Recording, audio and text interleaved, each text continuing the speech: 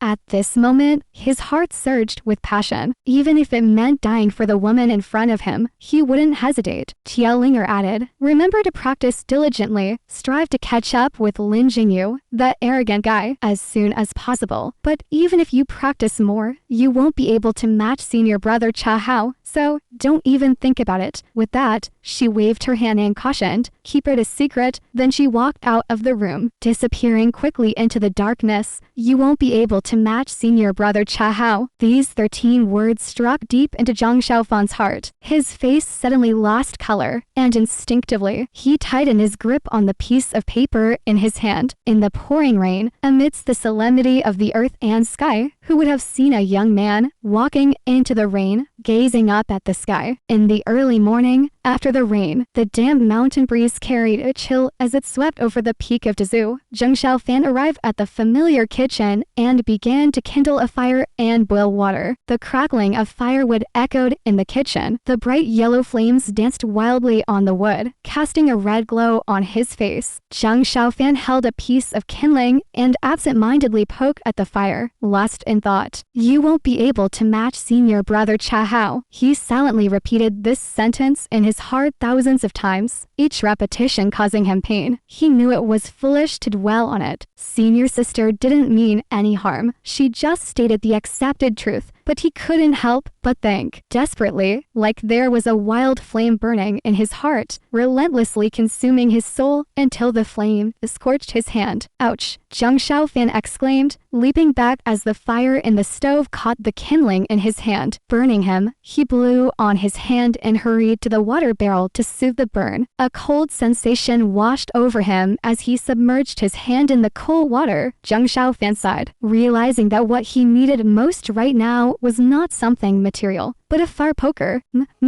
A few calls came from the doorway, and Zhang Xiaofan recognized them as the barks of Da Huang, but couldn't understand why the usual woof woof woof had turned into He went to the door to investigate and couldn't help but chuckle. It turned out that Da Huang and Zihui were playing, with Da Huang holding a short black stick in its mouth while Zihui grabbed the other end, tugging back and forth. Da Huang barked with the stick in its mouth, but it came out as a strange Zhang Xiaofan walked up, grabbed the stick, and shooed away Zihui and Da Huang. However, they weren't willing to leave, barking and squeaking persistently. Zhang Xiaofan waved his hand threateningly, go away, or I won't feed you at noon. Da Huang and Zihui exchanged a glance. One growled while the other made a face. Then Zihui jumped onto Da Huang's back, and they swaggered away from Zhang Xiaofan, clearly showing their disdain. Zhang Xiaofan felt frustrated and cursed at the two animals before turning back into the kitchen. As he entered, he suddenly realized that the black stick in his hand was the peculiar black stick he had obtained during the trip to the Ghost Valley half a year ago. It seemed that Zihui, being mischievous, had found it again from somewhere and brought it to play with Da Huang. Zhang Xiaofan sighed. Suddenly, he had an idea. He walked quickly to the stove, used the black stick as a fire poker, and found it surprisingly suitable. Moreover, the stick didn't burn or conduct heat. After roasting for a while, it remained cool. Zhang Xiaofan nodded repeatedly, thinking that this was just right. Poor old black-hearted Lao Ren from the demonic sect. If he knew that the bloodthirsty bead he had spent his whole life refining, the treasure possession of the demonic sect that dominated the world, had ended up being used as a fire poker, he would probably be so furious that he'd come back to life just to die again. At noon that day, everyone at Dazhu Peak sat in the dining hall. Chia Bai arrived last, took his seat, and glanced at the disciples. When his gaze fell on Zhang Xiaofan, he paused, and Zhang Xiaofan lowered his head. Chia Bai then looked away. Did you all witness what happened yesterday? Chia Bai said calmly. Everyone remained silent, except for Song Darren, who smiled awkwardly and said, yes, Master displayed his power and punished those to ...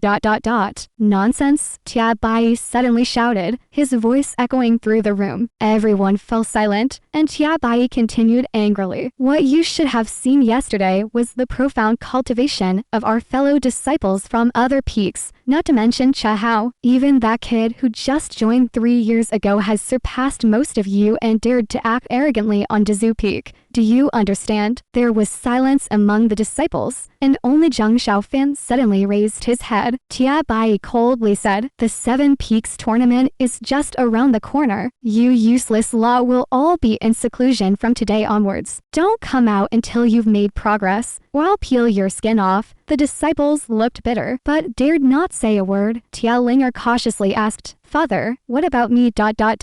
You too?" Tia Bai said decisively. Tia Linger pouted and was about to speak, but was pulled back by her mother. She glanced at Su Aryu, and the words she was about to say were swallowed back. Tia Bai's voice echoed in the quiet hall. "From now on, apart from Lao Che being in charge of meals, all of you will be in seclusion for the next year and a half, without leaving the mountain to cultivate. Do you understand?" And so, as time passed swiftly, beneath the calm atmosphere of Dazhu Peak, a layer of unprecedented tension settled over everyone. All the disciples focused on their cultivation, except for a lazy yellow dog, a mischievous gray monkey, and a bored cook.